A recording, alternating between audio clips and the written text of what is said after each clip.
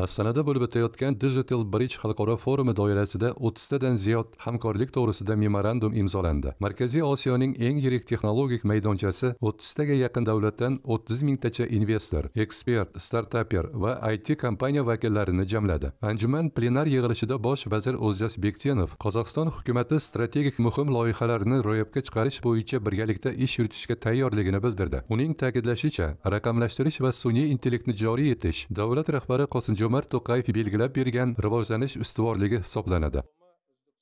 Қазіргі таңда экожүйенің инфрақұрылымы үздіксіз кеңейіп жатыр. Білім беру ресурстары да барлық азаматтарға.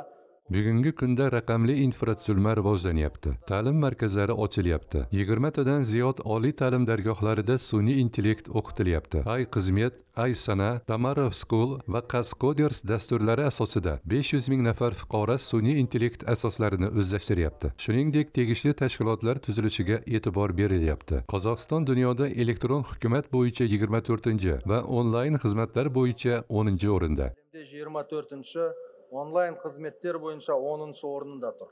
Forum doirasida Digital Bridge Awards tanlovi g'oliblari mukofotlandi. Mamlakat bosh vaziri mamlakatning eng yaxshi IT loyihalari va raqamli tashabbuslarini taqdirladi. Mamlakat kompaniyalari va startaplari taqdim etgan raqamli yechimlar ko'rgazmasida qatnashdi. Qozog'istonda жасалған datchiklarimiz бұл мұнай ұңғымасын тиімді және өнімді түрде. Bizning Qozog'istonda ishlab chiqarilgan datchiklarimiz neft quduqlari ishini takomillashtiradi, samaradorligini va mahsuldorligini oshiradi. Bu Vanguard AI tizimi uning mikroprotsessorlari uskunalarga osongina o'rnatiladi. Hozir amalda qo'llanilyapti. Biz AQShning ikkita kompaniyasi bilan shartnoma tuzdik. Bu texnologiya ularda ham keng qo'llanilyapti. Men kelishimshartga qo'l qo'yilib, o'sha juyе qo'llanilib o'tir.